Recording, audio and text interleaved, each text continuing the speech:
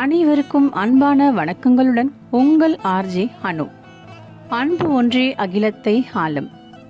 இன்று நாம் பேசப்போகும் தலைப்பு கண்ணீர். கண்ணீருக்கு எடை இல்லை என்று யார் கூறியது? பொங்கி வரும் கண்ணீரை விழுங்கி பாருங்கள். தொண்டையை அடைக்கும் அளவிற்கு கனமானதுதான் இந்த கண்ணீர். மறுக்க முடியாத உண்மை.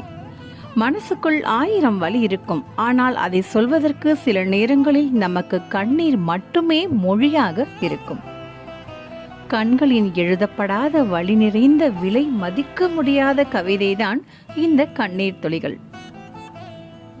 கண்களை விட கண்ணீருக்கு மதிப்பு அதிகம்தான்.